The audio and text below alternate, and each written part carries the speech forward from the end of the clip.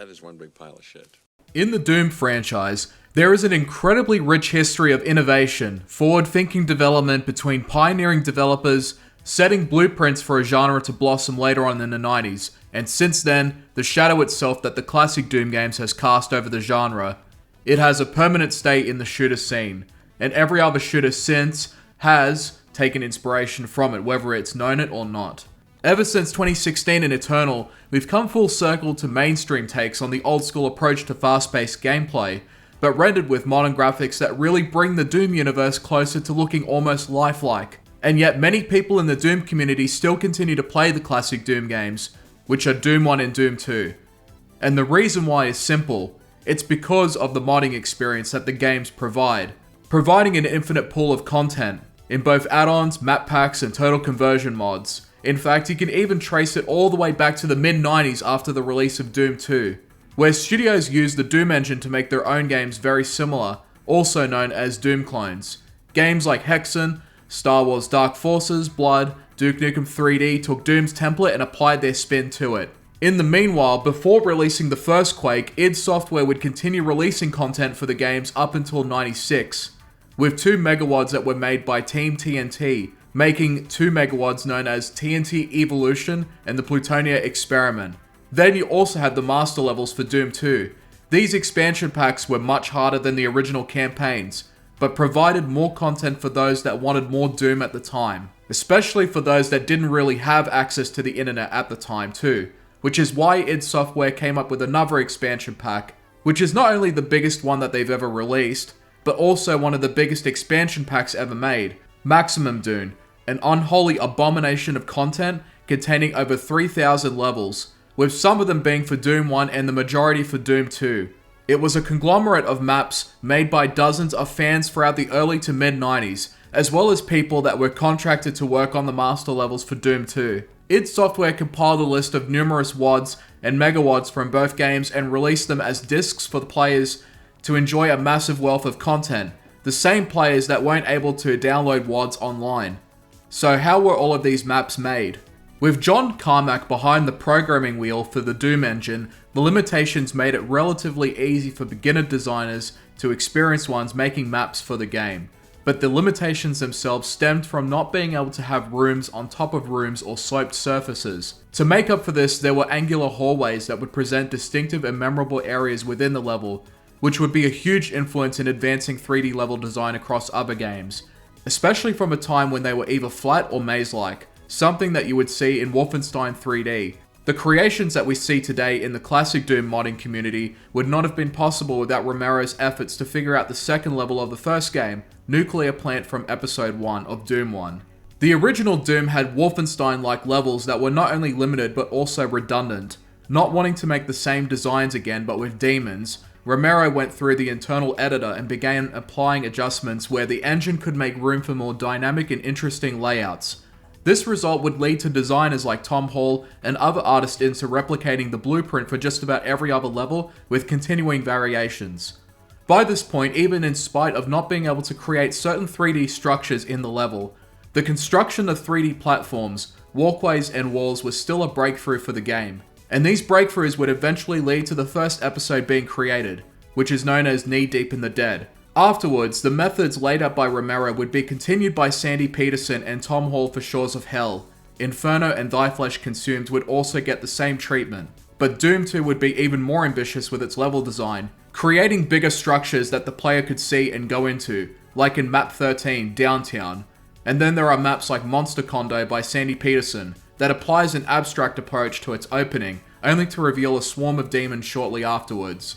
Every fan of Doom that has made a map has been able to take advantage of these breakthroughs, and with each implementation has produced mixed results. The process of Doom's map making, as we've seen, is relatively simple but also complex depending on how much creativity you're willing to go through for the level. This is what led to community mapping, which dates as far back as '94, with one of the earliest examples being the Originwad map made by Jeff Bird, which was released to the Doom Usenet group. And so, how were people able to make these maps back then? Well, the Doom Editing Utilities program, of course, created by a group of programmers that used the specs released by id Software. It allowed people to design and compile their own levels. Now, while I said it was relatively easy, That's not really saying much because when it comes to programming and map design, it's still very hard, and was even harder back then because of the more archaic hardware that people were working with, on top of the clunky and primitive software that they had to use. This editor did, however, create a massive surge of content for the classic Doom games through the 90s, and some maps even contain custom textures and different settings. For example, Icarus Alien Vanguard, a megawad for Doom, takes the game into a different universe, where it offers a similar but entirely different experience at the same time on the surface level. This tool even enabled new functions that weren't even implemented in the original game's levels, or even new assets like invisible staircases. The observations made by John Romero and id Software at the time embraced this level of community content, to the point where they made master levels for Doom 2, a version of Doom 1 called Ultimate Doom, the final Doom expansion pack for Doom 2, and of course, Maximum Doom, the large collection of WADs and megawads over the early years of Doom mapping. Now, I'm not going to go too much into the maps themselves specifically, since there are way too many, and it's better that you explore these maps yourself in your own time. But I will go over the consensus of Maximum Doom briefly. The total count of levels for Maximum Doom is about 3,486 maps, with the large majority of them being for Doom 2, and some for Doom 1 and even Hexen. Each level has both an author and varying levels of quality wrapped around it.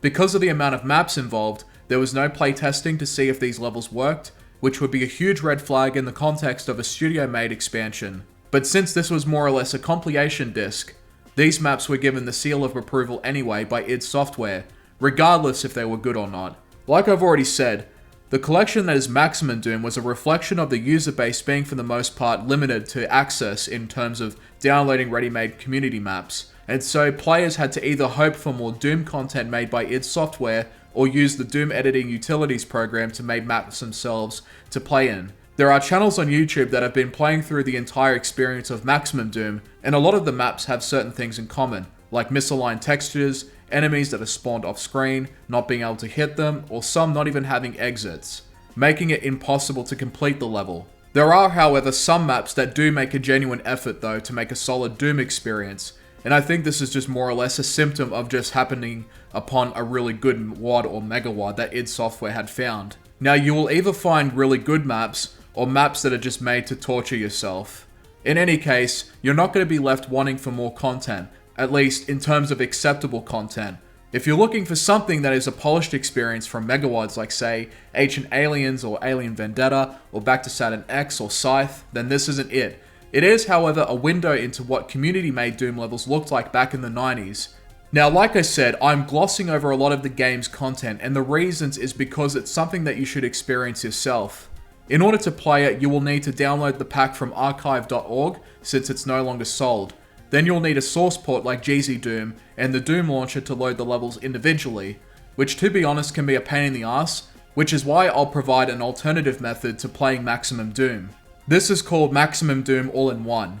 The author went through a tremendous amount of effort compiling all the WADs and megawads of Maximum Doom into one, where they can be accessed without having to reload the game every time.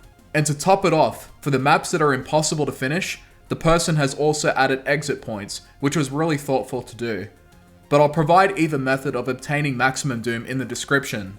The Maximum Doom collection is basically a giant heap of shovelware, but at the same time it's also a window into early map design from the Doom community, and can be a great resource into seeing what beginner or fairly well made maps looked like in comparison to some of the higher quality WADs or megawads out there today.